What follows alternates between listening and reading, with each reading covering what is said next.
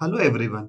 आई professor Kamlesh ढोने और आज जो सब्जेक्ट मैं आपको पढ़ाने वाला हूँ उस सब्जेक्ट का नाम है कंस्ट्रक्शन प्लानिंग एंड मैनेजमेंट। इसे हम शॉर्टकट में सीपीएम के नाम से भी जानते हैं। और ये जो सब्जेक्ट है बेसिकली सिविल इंजीनियरिंग का बहुत इंपॉर्टेंट सब्जेक्ट है, क्योंकि इस सब्जेक्ट के अंदर किसी भी प्रोजेक्ट को दो चीजों में कंप्लीट करना, ऑप्टिमम टाइम में और ऑप्टिमम कॉस्ट में। किसी भी प्रोजेक्ट को जब हम कंप्लीट करते हैं, कोई भी व्यक्ति अगर किसी भी प्रोजेक्ट को कंप्लीट करने की कोशिश करेगा तो वो ये चाहेगा कि उसका जो प्रोजेक्ट है ऑप्टिमम कॉस्ट में कंप्लीट हो जाए और ऑप्टिमम टाइम में कंप्लीट हो जाए। तो इसके लिए सबसे पहले इसमें एक वर्ड ऐड करा गया जिसे हम कहते हैं मैनेजमेंट। तो सबसे पहले जिसके बारे में मैं आपको बताऊंगा प्रोजेक्ट मैनेजमेंट के बारे में। और इस यूनिट के अंदर जो हमें पढ़ना है, मतलब बेसिक्स, जो भी ओल्डेस्ट टेक्निक्स मैनेजमेंट की, आप किसी भी प्रोजेक्ट को विद इन टाइम पीरियड कैसे कंप्लीट कर सकते हो, तो इसके लिए कुछ ओल्डेस्ट टेक्निक्स मैं आपको इस यूनिट्स के अंदर कवर करूंगा। जैसे bar chart, Gantt chart, milestone chart, linked bar chart, work breakdown structure. इसके अलावा कुछ लेटेस्ट टेक्नोलॉजी भी मैं आप लोगों को बताऊंगा, जैसे कि क्रिटिकल पाथ मेथड, इसके बाद PERT programme evolution review techniques. तो सो बेसिकली इस यूनिट्स के अंदर हम पूरा ये कवर करेंगे कि हम किसी भी प्रोजेक्ट को विद इन टाइम पीरियड कैसे कंप्लीट करें। तो सबसे पहले अब हम इसकी शुरुआत करते हैं। तो सबसे पहली डेफिनेशन जो मैं आपको बताने वाला हूं प्रोजेक्ट मैनेजमेंट। और एक चीज और बताता हूं कि इसका बेनिफिट क्या है। इसका बेनिफिट ये है कि पुराने समय में जैसे कोई भी स्ट्रक्चर, एग्जाम्पल के लिए ताजमहल, अगर उसे बन आप लोग सब जानते हो कि ताजमहल को बनने में 20 से 22 साल लगे थे। ठीक है, क्योंकि उस समय मतलब कंस्ट्रक्शन प्लानिंग एंड मैनेजमेंट नाम का सब्जेक्ट नहीं था, तो इसीलिए उसे बनने में इतना टाइम लगा बिल्कुल। पर अगर आज के समय में जितने भी स्ट्रक्चर्स प्रिपेयर किए जा रहे हैं वो with in time period prepare किए जा रहे हैं with the help of this subject. और इस सब्जेक्ट में जो मेथड्स है इसका यूज केवल सिविल इंजीनियरिंग में नहीं होगा, इसके अलावा रिसर्च एंड डेवलपमेंट प्रोजेक्ट्स में भी उसका यूज किया जाता है। ठीक है, R&D जितने भी प्रोजेक्ट है उसमें आप उसका यूज कर सकते हो। तो इसीलिए ये सब्जेक्ट बहुत इंपॉर्टेंट है। तो सबसे पहले जो मैं शुरू कर रहा हूँ प्रोजेक्ट मैनेजमेंट के बारे में। तो प्रोजेक्ट मैनेजमेंट क्या होता है? ठीक है, तो it is the essential aspect of civil engineering. मतलब किसी भी चीज को कंप्लीट करना है एक यूनिफाइड मैनर में, तो हमें प्रोजेक्ट मैनेजमेंट की जरूरत लगेगी। ठीक है, तो इसकी जो डेफिनेशन है हम कुछ इस तरीके से बोल सकते हैं कि it is essential aspect of the civil engineering industry. It involves overseeing the planning, design, and construction of various civil engineering projects, including building, bridges, road, and infrastructure. I think project management clear हो गया होगा आप लोगों को।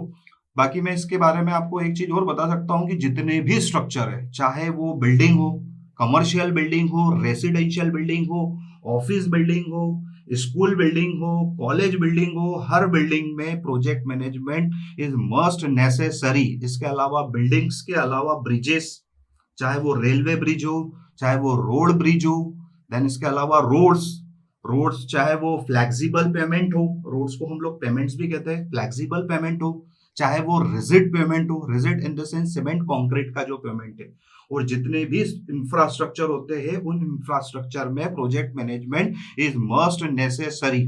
Okay, इसके अलावा project management के कई सारे की पॉइंट्स होते हैं। सिर्फ डेफिनेशन क्लियर करने से ही आप इसको अच्छे से नहीं समझ सकते हो, इसमें और भी कुछ की पॉइंट्स होते हैं।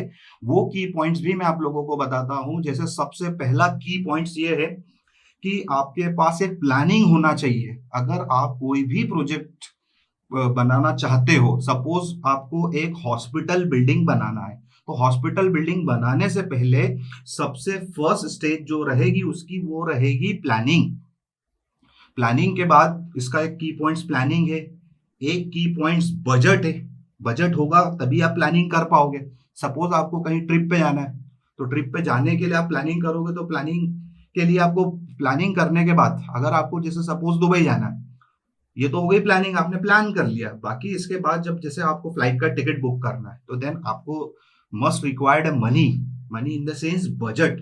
तो एक कोई भी सिविल इंजीनियरिंग के प्रोजेक्ट में भी ये एस्पेक्ट वर्क करता है। देन बजट के बाद टीम वर्क, आपको लगेगा मेन पावर, आपको लगेगी लेबर। ओके, तो टीम वर्क बहुत जरूरी है, ठीक है। टीम, जिसे हम टीम वर्क एनालिसिस कहते हैं। देन टीम वर्क को ऑपरेट करने के लिए, हैंडल करने के लिए जो सबसे जरूरी चीज है जिसे हम कहते हैं communication. Communication between the team work member, इनको हैंडल करने के लिए आप लोगों को इंजीनियर्स लगेंगे, junior engineer, assistant engineer, executive engineer, superintendent engineer, chief engineer, ये सब इनको ऑपरेट करने के लिए पूरा टीम वर्क है। तो ये कम्युनिकेशन अगला एस्पेक्ट। नेक्स्ट, इसके बाद डेडलाइन। किसी भी प्रोजेक्ट की एक डेडलाइन होगी कि आपको ये प्रोजेक्ट 6 महीने में, 8 महीने में, 1 साल में, 2 साल में, 1.5 साल में, 5 साल में क्लियर कंप्लीट करना पड़ेगा। अच्छा, अगर सपोज मानिए आप एक पावर प्लांट बना रहे, और पावर प्लांट बनाने में सपोज आपने 2 साल की आपको डेडलाइन दी कि आपको आपका प्रोजेक्ट 2 साल में कंप्लीट करना है, पर मान लीजिए वो 2 साल में 24 मंथ में कंप्लीट ना होकर हो सकता 6 मंथ डिले हो गया। तो 6 मंथ डिले का मतलब ये समझिए बिल्कुल कि आपको कई करोड़ों का लॉस हो जाएगा, क्योंकि उस पावर प्लांट में सपोज आप इलेक्ट्रिसिटी प्रोड्यूस कर रहे हो, तो आपका प्रोडक्शन तो 6 मंथ के लिए डिले हो गया।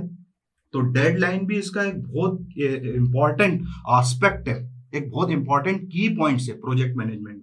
इसके बाद आपका गोल्स, आपके गोल्स क्या है, ठीक है। आप हॉस्पिटल्स के अलावा हॉस्पिटल्स में क्या क्या फैसिलिटी चाहते हो और क्या चीजें चाहते हो, तो गोल्स एक इंपॉर्टेंट फैक्टर है। देन इसके बाद जो नेक्स्ट फैक्टर है वो है रिस्क, ठीक है, कि आप कितना रिस्क कैलकुलेट करके चल रहे हो। रिस्क इन द सेंस कि कभी लेबर स्ट्राइक हो गई तो भी आपका प्रोजेक्ट डिले हो सकता है, कभी मटेरियल सप्लाई नहीं हुई तो भी आपका प्रोजेक्ट डिले हो सकता है। इसके बाद और भी कुछ ऐसे सर्कमस्टेंसेस होते हैं, जैसे लाइक कोविड सिचुएशंस थी तो भी कई प्रोजेक्ट डिले हो गए, तो नेचुरल हैजार्ड्स हो गए तो भी प्रोजेक्ट आपका डिले हो सकता है। तो ऐसी काफी सारी चीजें हैं, तो रिस्क भी इसका एक इंपॉर्टेंट फैक्टर है। देन कंट्रोल, पूरे प्रोजेक्ट को आपको कंट्रोल करना, मॉनिटर करना, ये भी एक बहुत इंपॉर्टेंट एस्पेक्ट है प्रोजेक्ट मैनेजमेंट का। इसके बाद जो एक और इंपॉर्टेंट एस्पेक्ट जो है इसका, वो है माइलस्टोन्स, कि आप किसी भी प्रोजेक्ट को एक बार में ना करके उसको थोड़े थोड़े मतलब माइलस्टोन सेट करिए कि अभी मेरा टारगेट ये है। जैसे आप इंजीनियरिंग करते हैं तो इंजीनियरिंग में बच्चा एक ही साल में पूरी इंजीनियरिंग नहीं करता, माइलस्टोन, पहले पहला सेमेस्टर पढ़ता है, फिर दूसरा, तीसरा, चौथा, पांचवा, छठा। तो प्रोजेक्ट में भी यही एस्पेक्ट चलेंगे। सबसे पहले बेसमेंट क्लियर होगा, then ground floor, then first floor, then second floor, then third floor, then fourth floor. इस तरीके से आपको मतलब जीरो से स्टार्ट करना पड़ेगा। ओके, तो ये था प्रोजेक्ट मैनेजमेंट के बारे में।